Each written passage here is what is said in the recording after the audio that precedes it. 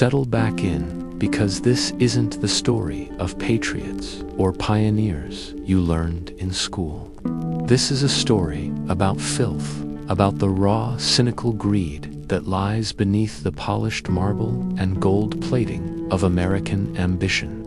It's the story of how, for a few sickening years, the entire U.S. government, the men who wrote the laws and the men who wore the uniform, was secretly for sale, and the asking price was paid in railroad stock. We all know the heroic version of the Transcontinental Railroad. You know, that moment in 1869 when the last spike, the golden spike, was hammered in at Promontory Summit, Utah. It's the symbol of American unity, technological triumph, and manifest destiny. It knit a nation back together after the Civil War. It was epic, right? But here is the shocking truth. The golden spike wasn't the end of the story. It was the lid on a vault stuffed with stolen government money, illegal profits, and bribes. The entire construction of the Transcontinental Railroad was essentially a cover for the largest public corruption scandal in U.S. history up to that point. This is the tale of a shadowy company called Credit Mobilier and the unbelievable web of lies and bribes that almost destroyed the administration of President Ulysses S. Grant. It is a true story about how a handful of financiers hijacked the American dream to make themselves criminally rich. To understand the sheer audacity of this crime, you have to understand the scale of the prize. After the Civil War, the government was desperate to connect the East and West, so Congress authorized the construction of the Union Pacific Railroad. And this wasn't just a contract, it was a blank check from the American people. The government gave the Union Pacific two incredible things. First, massive land grants, millions of acres of prime public land, 20 square miles for every single mile of track laid. Second, huge loans in the form of government bonds, up to $48,000 for every mile of track laid across the toughest terrain. It was an unprecedented public subsidy. The goal was to ensure the railroad got built, no matter the cost. Now, imagine you're a smart, ruthless robber baron watching this government treasure chest being handed over. You realize the Union Pacific is doing the actual building, but the money flow is absolutely guaranteed by the U.S. Treasury. How do you steal the maximum amount without anyone knowing? The answer, devised by a brilliant but utterly immoral financier named Thomas C. Durant, was to create a straw compania corporate phantom to bill the government. In 1864, Durant and his associates quietly took over a small, defunct Pennsylvania construction company and renamed it Credit Mobilier of America, borrowing the French name to sound sophisticated and a bit mysterious. Here's the genius and the crime all rolled into one. First, the Union Pacific hires the cabal. Durant, who was vice president of the Union Pacific Railroad, had his own railroad hire Credit Mobilier, the company he secretly controlled, to do all the construction work. Next, the Union Pacific pays the cabal. The government gave money to the Union Pacific, and the Union Pacific then passed the work and the money right along to Credit Mobilier. And finally, the cabal inflates the bill. Credit Mobilier charged the Union Pacific, and therefore the American taxpayer, up to 3 times the actual cost of construction. That difference, the $40,000 of pure profit per mile, went straight into the pockets of the small group of Credit Mobilier investors. They were literally siphoning off government money and calling it construction profit. By the time that famous Golden Spike was driven, this small group of men had looted between $30 and $50 million.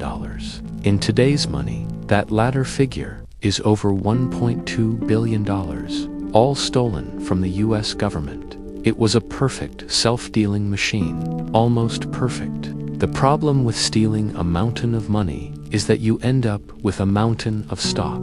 Credit Mobilier was so profitable that its shares were paying dividends of 80% to 100% per year. Durant and his crew realized that if they didn't share their loot, two things would happen. Other Union Pacific investors would get angry and sue, exposing the whole scheme.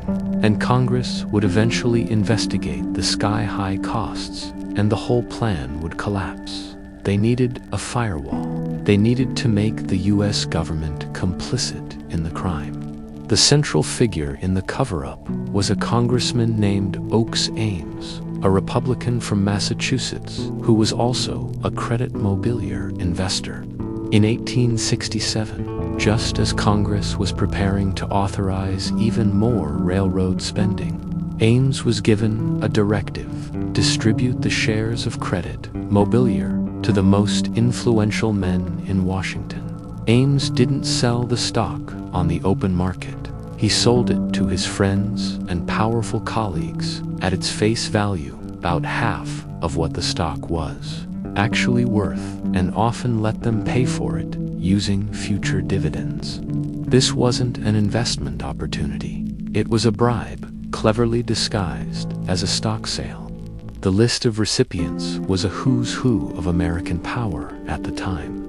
James Garfield, a future U.S. president; Schuyler Colfax, the sitting vice president of the United States; Henry L. Dawes, an influential senator; the Speaker of the House; the Secretary of the Treasury. Ames kept a careful, damning ledger of who received what. The price of their silence and complicity was the promise of a lifetime of nearly tax-free astronomical profits derived directly from stolen government funds. The effect was instantaneous and toxic. Congress passed the requested legislation, and the theft continued without a single serious audit. Credit Mobilier had successfully purchased the silence of the American government. But no scandal of this size can stay buried forever.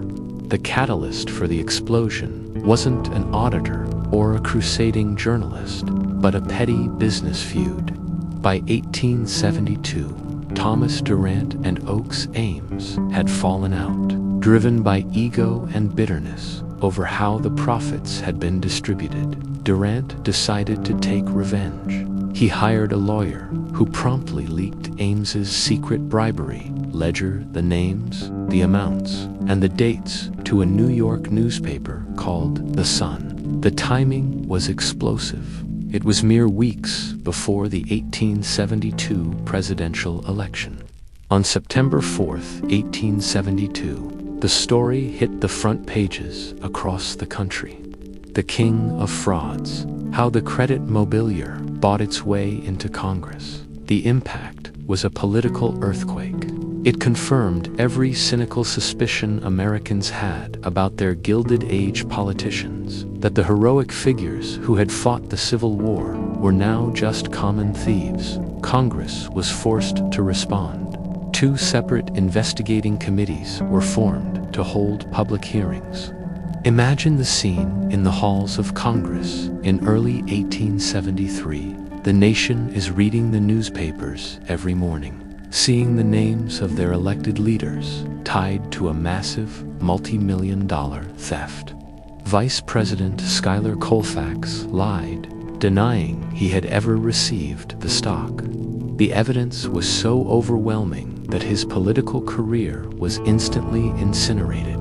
He was forced out of office in disgrace. Future President James Garfield claimed he had only received a small $329 payment, which he characterized as a loan that was quickly repaid. While he survived the political fallout, the scandal would dog him for the rest of his short, tragic career. Dozens of congressmen and senators offered variations of the same defense. I bought the stock legitimately. I didn't know the company was Credit Mobilier, or the most unbelievable one. I put the papers in a drawer and forgot about them. The public was outraged, but Congress, being judge and jury of its own members, issued only a few gentle slaps on the wrist. Only Oakes, Ames, and one other congressman were officially censured. Most of the powerful names simply retired or were quietly re-elected after a brief waiting period. The scandal was officially resolved, but the underlying disease was still there. While the politicians mostly escaped, the Credit Mobilier swindle had a lasting, detrimental impact on American life. The taxpayer lost. The U.S. government lost at least $30 million, the lowest estimate to the scheme, money that was effectively stolen from the public treasury. The Grant administration was crippled. The repeated investigations and subsequent revelations of other scandals left the American public permanently disillusioned with Washington. It helped birth the progressive era's push for government reform. And the reputation of the railroad, the nation's great unifying achievement, was permanently stained. The scandal proved it was built on a foundation of fraud and theft.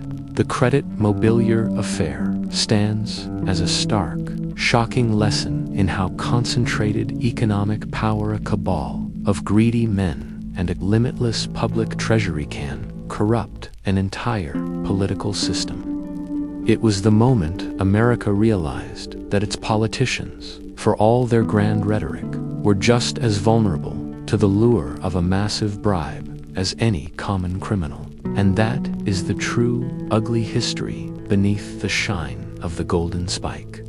Thank you so much for watching. If you found this story as fascinating and infuriating as I did, please hit that like button and subscribe for more deep dives into the hidden corners of history. We'll see you in the next one.